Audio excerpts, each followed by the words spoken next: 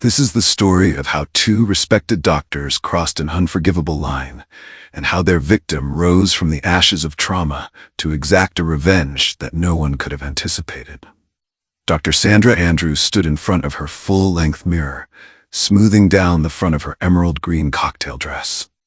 At 32, she was already making waves in the field of neurosurgery, her brilliance and dedication earning her a reputation as one of the rising stars at Chicago Memorial Hospital. Tonight's party was a celebration of the hospital's successful year, and Sandra knew it was an opportunity to network with some of the most influential figures in the medical community. As she applied a final touch of lipstick, her phone buzzed with a text message. It was from her best friend and fellow doctor, Naomi. "Girl, you better be ready. I'm pulling up in 5. This party is going to be lit." Sandra chuckled, tucking her phone into her clutch. Naomi's enthusiasm was infectious, and despite the long hours she'd been pulling at the hospital, Sandra felt a surge of excitement. She took one last look in the mirror, her dark eyes sparkling with anticipation, before heading out the door. The ride to the party was filled with Naomi's animated chatter about the guest list. "Dr. Ellington is going to be there," she said, referring to the hospital's chief of surgery. "And I heard Dr. Xavier Blackwell flew in from New York just for this." Sandra's ears perked up at the mention of Dr. Blackwell. He was a legend in the field of neurosurgery, known for his groundbreaking research and innovative techniques. "Really? I've always wanted to meet him," Sandra said, her voice tinged with awe. As their cab pulled up to the towering glass building, Sandra felt a mix of excitement and nerves. This was her chance to make an impression, to further cement her place among Chicago's medical elite. Little did she know that this night would change the course of her life in ways she could never have imagined. The elevator doors opened to reveal a scene of opulence and celebration. The penthouse apartment was a marvel of modern architecture, with floor-to-ceiling windows offering a breathtaking view of the Chicago skyline. The air was thick with the scent of expensive perfumes and the sound of clinking glasses. Sandra and Naomi made their way through the crowd, stopping to greet colleagues and exchange pleasantries. Sandra's eyes scanned the room, searching for familiar faces and potential networking opportunities. That's when she saw him, Dr. Xavier Blackwell, engaged in what appeared to be an intense conversation with another man she didn't recognize. "There he is," Sandra whispered to Naomi, nodding in Dr. Blackwell's direction. Naomi grinned. "Well, what are you waiting for? Go introduce yourself." Gathering her courage, Sandra made her way across the room. As she approached, Dr. Blackwell looked up, his piercing blue eyes meeting hers. He was older than she had expected, probably in his late 50s, with salt and pepper hair and a commanding presence that seemed to demand attention. "Dr. Blackwell," Sandra said, extending her hand. "I'm Dr. Sandra Andrew. It's an honor to meet you. Your work on neuroplasticity has been groundbreaking." A smile spread across Dr. Blackwell's face as he shook her hand. "Dr. Andrew, the pleasure is all mine. I've heard great things about your work at Chicago Memorial. Allow me to introduce my colleague, Dr. Ethan Cole." The man standing next to Dr. Blackwell turned to face Sandra. He was younger, probably in his early 40s, with a chiseled jawline and dark, intense eyes. "Dr. Andrew," he said, his voice smooth and deep. "I've been looking forward to meeting you. Xavier here has been singing your praises." Sandra felt a flush of pride at the compliment. "Thank you, Dr. Cole. I'm flattered." The conversation flowed easily, with Sandra finding herself engrossed in a discussion about the latest advancements in neurosurgery.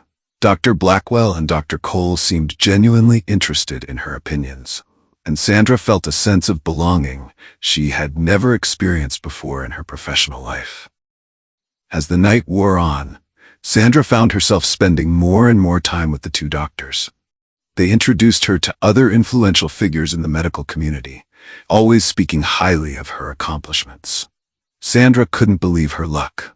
This was exactly the kind of networking opportunity she had hoped for. It was well past midnight when Dr. Blackwell leaned in close to Sandra. "Dr. Andrew, Ethan and I were thinking of continuing this fascinating discussion in a more private setting. We have a suite at the Ritz-Carlton where we could talk more comfortably. Would you care to join us?" Sandra hesitated for a moment. It was late, and she had an early shift the next day. but the opportunity to spend more time with these brilliant minds was too tempting to pass up. "I'd be honored," she said, her voice filled with excitement.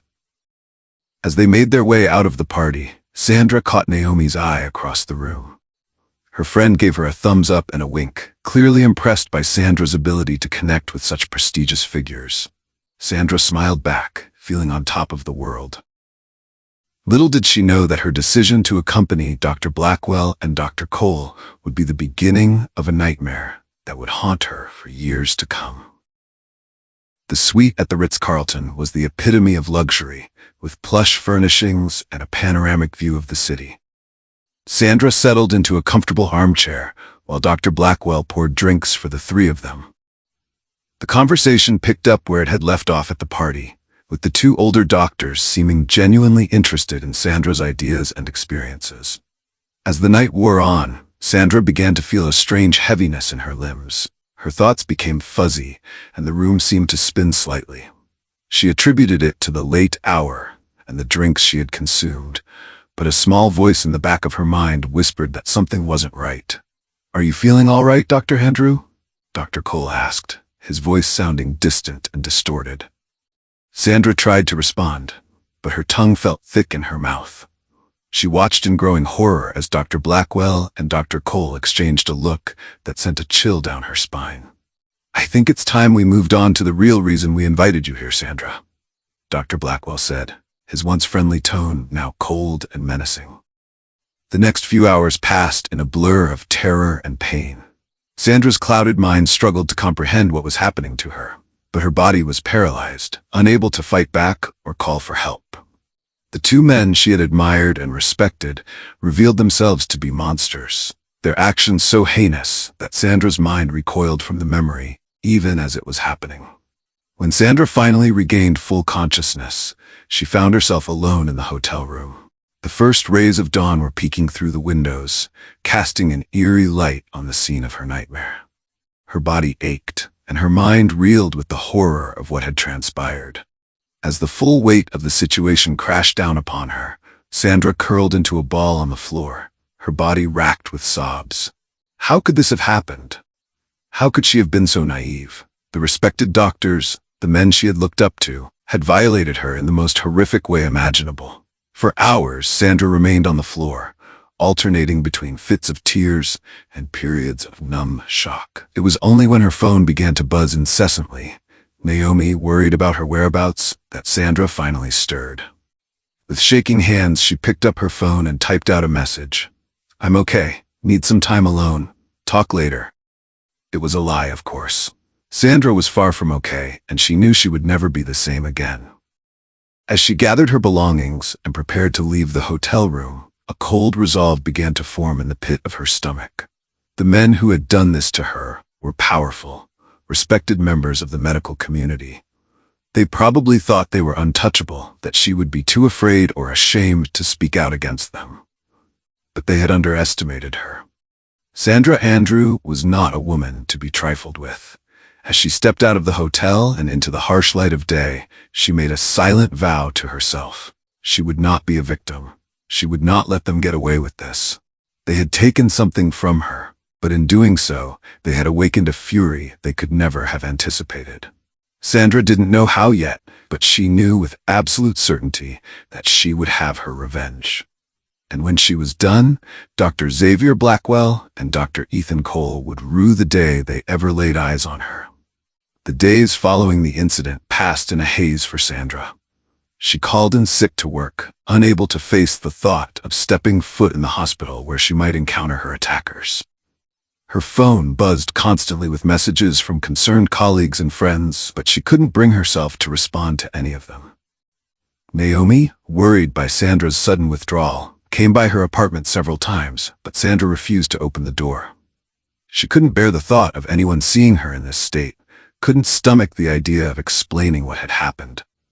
As the initial shock began to wear off, Sandra found herself consumed by a maelstrom of emotions. Anger, shame, fear, and a burning desire for justice warred within her. She spent hours researching similar cases, her heart sinking as she read story after story of victims who had been silenced or discredited when they tried to speak out against powerful men. 1 week after the incident, Sandra finally worked up the courage to go to the police. She sat in a sterile interview room, recounting her horrific experience to a sympathetic female detective. But as she spoke, she could see the doubt creeping into the detective's eyes. "Dr. Andrew," the detective said gently, "I understand how difficult this is for you, but you have to understand, Dr. Blackwell and Dr. Cole are highly respected members of the community. Without any physical evidence, and given the amount of time that has passed, it's going to be very difficult to pursue this case." Sandra felt as if she had been punched in the gut. "So you're saying there's nothing you can do?" she asked, her voice barely above a whisper. The detective sighed. "We'll open an investigation, of course.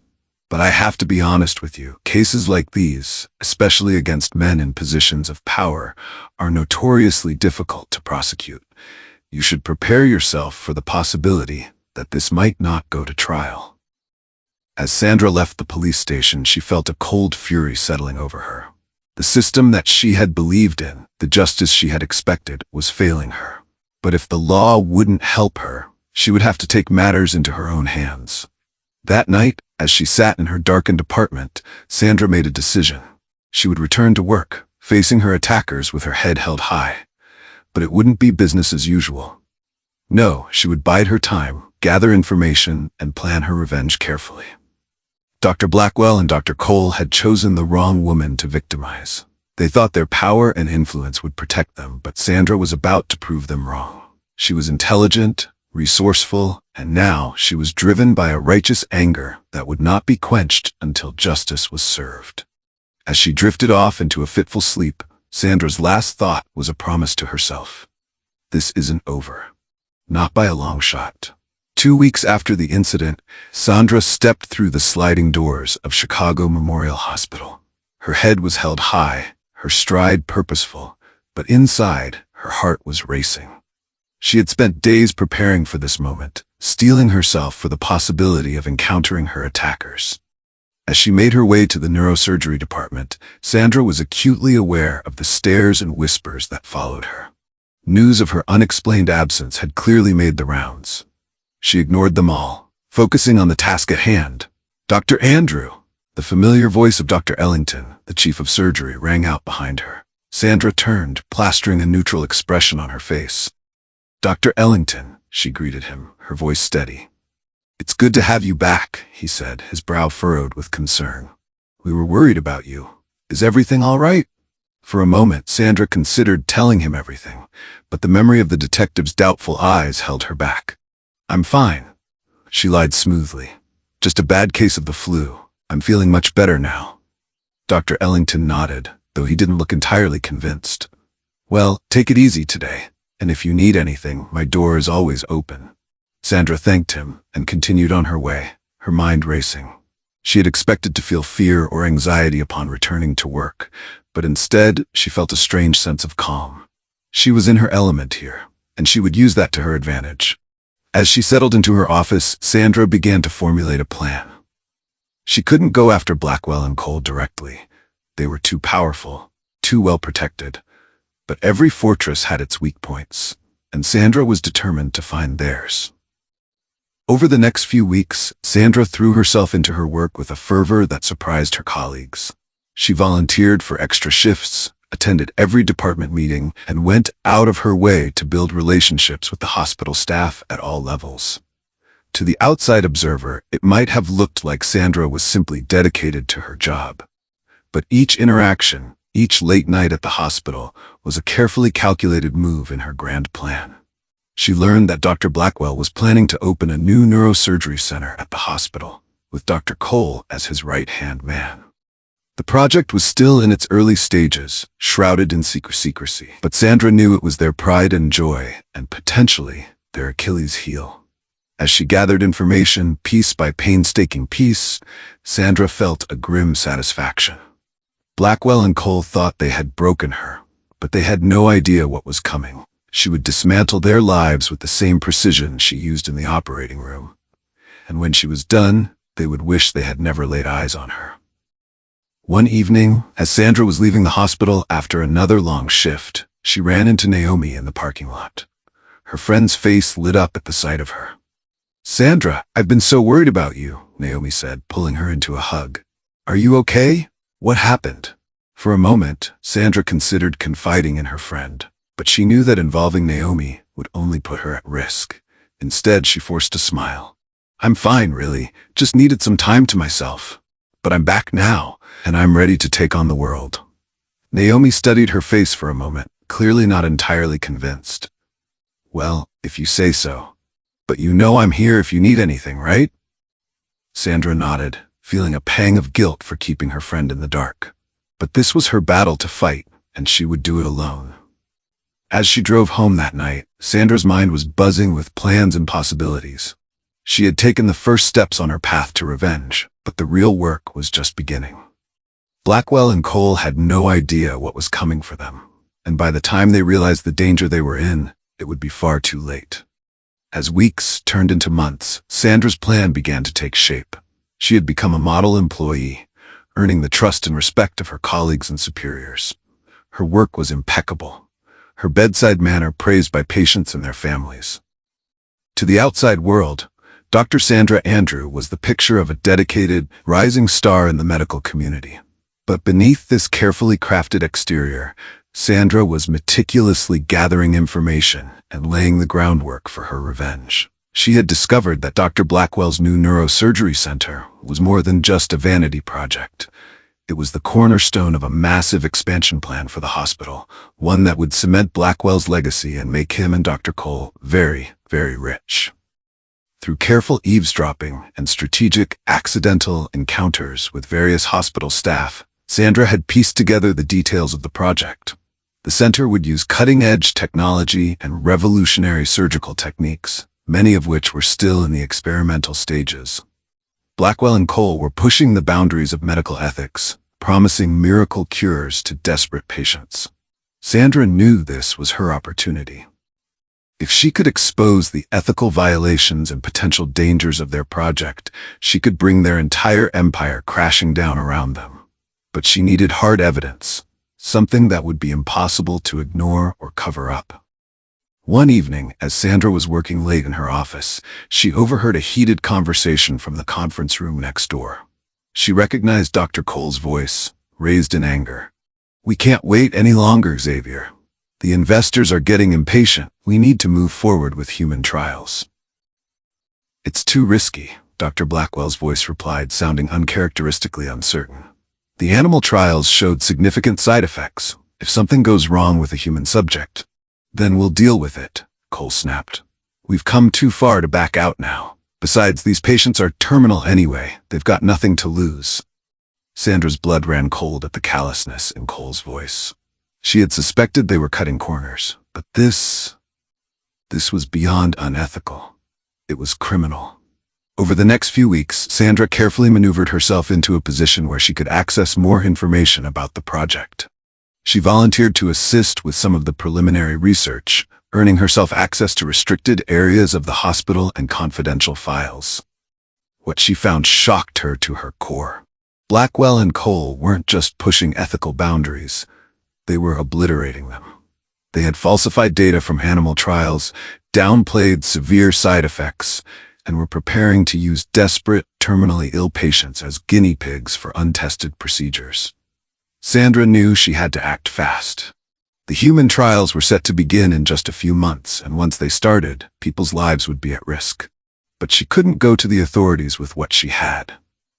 It wasn't enough to guarantee that Blackwell and Cole would face justice.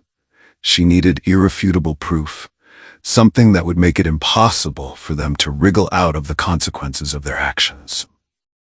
As she sat in her apartment one night, poring over the information she had gathered, Sandra came to a chilling realization. The only way to get the proof she needed was to let the trials begin. She would have to stand by and watch as innocent people were put at risk, documenting everything until she had enough evidence to bring Blackwell and Cole down for good. The thought made her sick to her stomach, but Sandra knew it was the only way. She had come too far, endured too much, to back down now. Blackwell and Cole had to be stopped, no matter the cost. With a heavy heart but a steely resolve, Sandra began to prepare for the next phase of her plan. She would need allies, people she could trust to help her gather evidence and protect the patients involved in the trials. It was a dangerous game she was playing, but the stakes were too high to do anything else. As she finally crawled into bed in the early hours of the morning, Sandra allowed herself a small grim smile. Blackwell and Cole thought they were untouchable, that their power and influence would protect them from the consequences of their actions. But they had no idea what was coming. Sandra was going to tear their world apart, piece by piece, and when she was done, they would wish they had never laid eyes on her. The game was about to begin, and Sandra was playing for keeps. Sandra knew that to pull off her plan, she couldn't work alone. She needed allies, trustworthy, competent individuals who would be willing to take risks for the greater good. But in a hospital where Blackwell and Cole's influence ran deep, finding such allies would be no easy task. Her first recruit came unexpectedly. Sandra was working late one night, combing through patient files in search of potential candidates for Blackwell and Cole's trials, when she heard a noise behind her. She whirled around to find Sarah, one of the night shift nurses, staring at her with wide eyes. "Dr. Andrew," Sarah said, her voice barely above a whisper, "what are you doing with those files? Those are for Dr. Blackwell's project. They're confidential." For a moment, Sandra considered lying. But something in Sarah's expression, a mix of curiosity and concern, made her pause. Taking a deep breath, Sandra made a split-second decision that would change the course of her plan.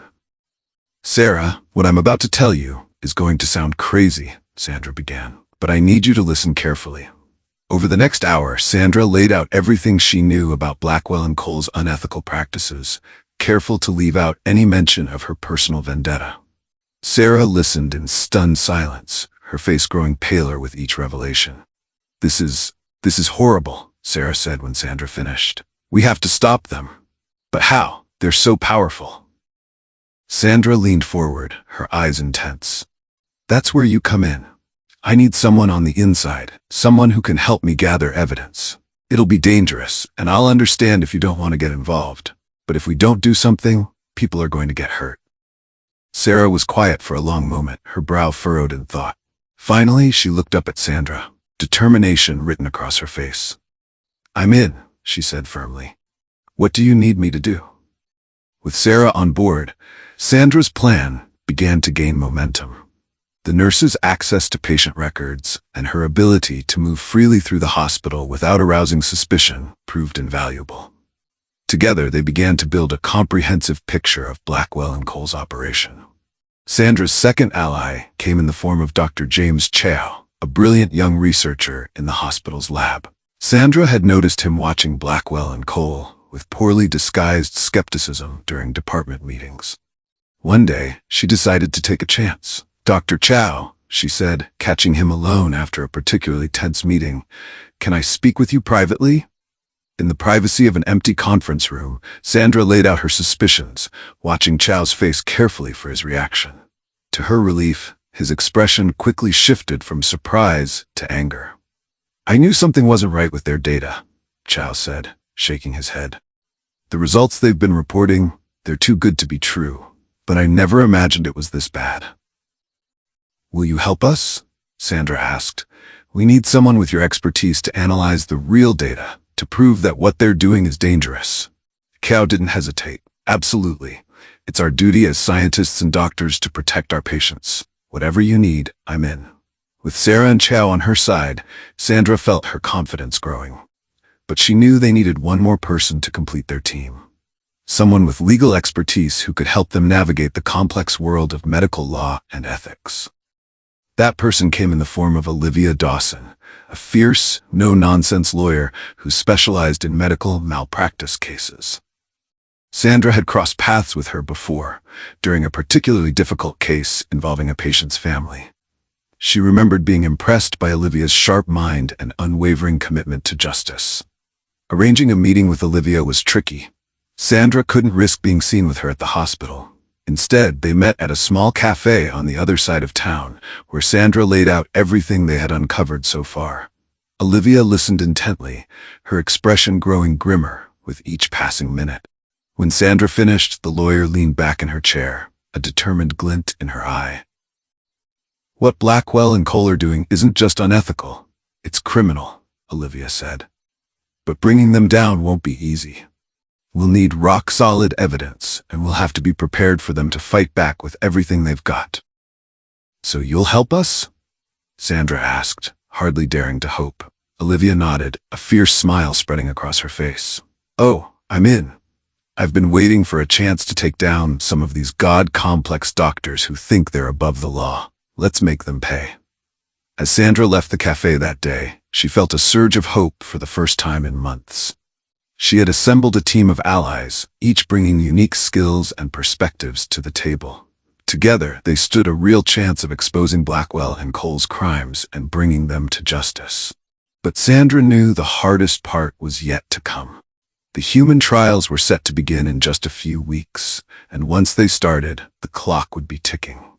They would have to work quickly and carefully, gathering evidence while trying to minimize the harm to the patients involved. As she walked home, Sandra's mind raced with plans and contingencies. She knew the road ahead would be dangerous, that Blackwell and Cole would stop at nothing to protect themselves if they realized what was happening. But for the first time since that terrible night, Sandra felt truly alive. She had a purpose, a mission, and she was no longer alone. Blackwell and Cole had no idea what was coming for them, and by the time they realized the danger they were in, it would be far too late. The day the human trials began dawned bright and clear, a stark contrast to the storm of emotions raging within Sandra. As she walked into the hospital, she felt the weight of what they were about to do pressing down on her. Today, everything will change. Sandra had spent the past few weeks working closely with her team to prepare for this moment. Sarah had managed to get herself assigned to the trial ward, giving them eyes and ears on the ground. Dr. Chow had set up a secure system to collect and analyze the real data from the trials, hidden from Blackwell and Cole's manipulations. And Olivia had prepared a comprehensive legal strategy, ready to move the moment they had enough evidence. As Sandra made her rounds, she couldn't help but notice the buzz of excitement in the air. Blackwell and Cole had done an excellent job of selling their project to the hospital staff, painting it as a revolutionary breakthrough that would save countless lives. If only they knew the truth. The first patient was wheeled into the trial ward just after noon. Sandra's heart clenched as she saw the hope shining in the woman's eyes. She was young, probably in her early 30s, with a terminal brain tumor that had resisted all conventional treatments. Blackwell and Cole had promised her a miracle, and she believed them. Sandra wanted nothing more than to stop this, to tell the woman the truth about the dangers she was facing. But she knew she couldn't. Not yet. They needed proof, irrefutable evidence that would bring Blackwell and Cole down for good. And for that, they needed the trials to proceed. Over the next few days, more patients were brought in. Each one was desperate, clinging to the hope that Blackwell and Cole's experimental treatment would save them. Sandra watched from the sidelines, documenting everything she could while maintaining her cover. Sarah proved to be an invaluable asset. Her position as a nurse allowed her to interact closely with the patients, monitoring their conditions and secretly recording any adverse effects. She would pass this information to Sandra during quick, clandestine meetings in supply closets or empty corridors. Dr. Chow worked tirelessly in the lab, analyzing the data Sarah and Sandra provided. His findings were alarming. The treatment was having severe side effects that Blackwell and Cole were deliberately downplaying or hiding altogether. Patients were experiencing everything from debilitating headaches to dangerous swelling in their brains, but the official reports showed only minor, manageable symptoms. As the first week of trials drew to a close, Sandra met with her team in Olivia's office, far from the prying eyes at the hospital. The atmosphere was tense as they shared their findings. "It's worse than we thought," Dr. Chow said, his voice grim. "The treatment is causing significant damage to the patient's neural pathways. If this continues, some of them could end up in worse condition than when they started." Sarah nodded, her face pale. "I've been watching them closely. They're in pain, much more than they're letting on to the doctors. And Blackwell and Cole, they just keep pushing forward, ignoring all the warning signs. Olivia leaned forward, her eyes sharp. Do we have enough to move yet? To take this to the authorities? Sandra shook her head, frustration evident in her voice. Not yet. What we have is damning, but Blackwell and Cole could still argue that these are expected complications in an experimental treatment. We need more. We need to catch them in the act of falsifying data or directly endangering a patient's life. The team fell silent, the weight of their task pressing down on them. They were racing against time, trying to gather enough evidence before more patients were harmed. But they had to be careful. One wrong move, and Blackwell and Cole would realize what was happening and destroy all the evidence. As they prepared to leave, Olivia pulled Sandra aside. Are you okay? She asked, her voice low. I know this can't be easy for you, watching all of this happen. For a moment, Sandra considered brushing off the question, but the concern in Olivia's eyes broke through her defenses. It's hard, she admitted. Every time I see one of those patients, every time I have to stand by and watch Blackwell and Cole lie to them, it takes everything I have not to scream the truth. Olivia squeezed her arm gently. I know, but remember why we're doing this. If we move too soon, they'll get away with it. We have to be patient, gather irrefutable evidence. It's the only way to make sure they pay for what they've done, to you and to all these patients. Sandra nodded, drawing strength from Olivia's words. She was right, of course. This wasn't just about her personal vendetta anymore. It was about justice for all the people Blackwell and Cole had hurt, and all the people they would hurt if they weren't stopped. As she left Olivia's office that night, Sandra felt a renewed sense of purpose. The path ahead was difficult and dangerous, but she wasn't alone. She had a team of dedicated allies, each bringing their own strengths to the fight. Together, they would expose Blackwell and Cole's crimes and bring them to justice. The trials had begun, and with them, the final phase of Sandra's plan. The clock was ticking, the stakes higher than ever. But Sandra was ready. She had come too far, endured too much to back down now. Blackwell and Cole's day of reckoning was coming, and when it arrived, they would rue the day they ever crossed Dr. Sandra Andrew. 3 weeks into the trials, the situation reached a critical point.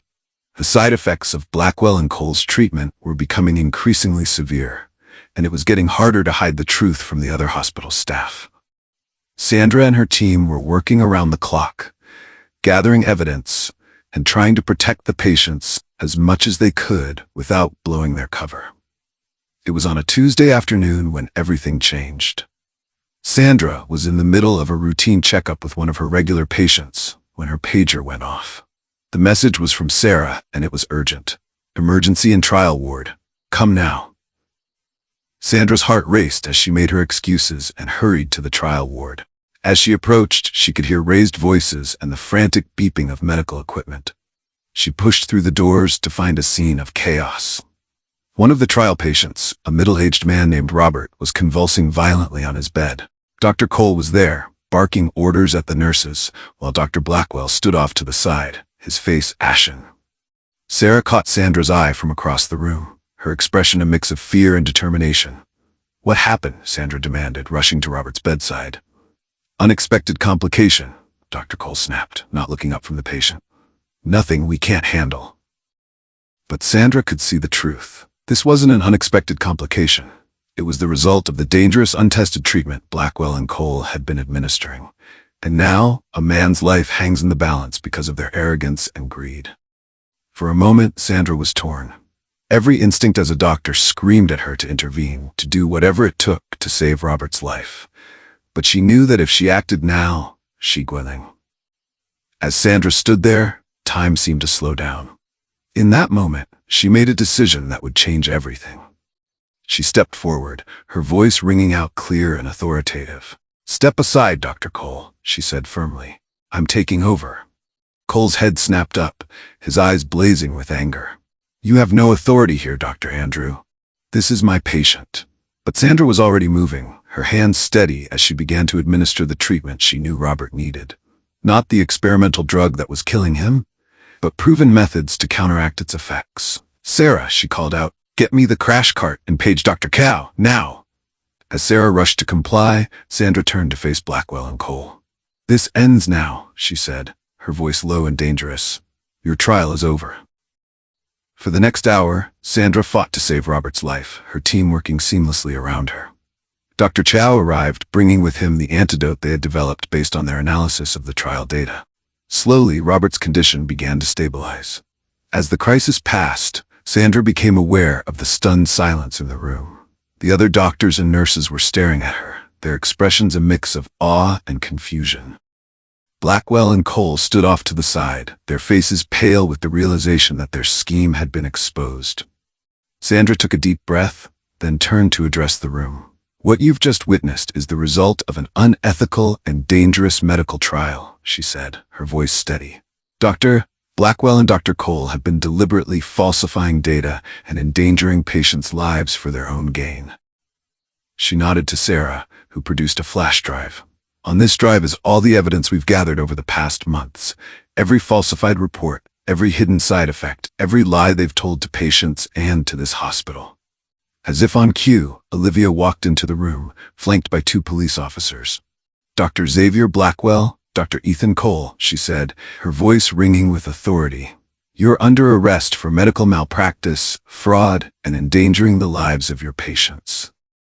The next few hours passed in a blur of police statements, media frenzy, and hospital bureaucracy. But through it all, Sandra felt a sense of calm. It was over. She had done it. In the days that followed, the full extent of Blackwell and Cole's crimes came to light. The medical community was rocked by the scandal, and Chicago Memorial Hospital found itself at the center of a national conversation about medical ethics and patient safety. For Sandra, the aftermath brought a mix of emotions. There was relief, of course, and a sense of justice served. But there was also sadness for the patients who had suffered, and a determination to ensure that nothing like this could ever happen again. 6 months later, Sandra stood at a podium, addressing a room full of medical professionals at a conference on ethical research practices. As she looked out at the sea of faces, she felt a sense of purpose stronger than ever before. "What happened at Chicago Memorial was a tragedy," she said, her voice strong and clear. "But it was also a wake-up call. As medical professionals, we have a sacred duty to our patients. Their lives, their trust are in our hands. We must never forget that." She paused, her gaze sweeping the room. "But we also have a duty to speak up when we see wrongdoing, to stand up for what's right, even when it's difficult, even when it's dangerous. Because at the end of the day, that's what being a doctor is all about, protecting and healing, no matter the cost."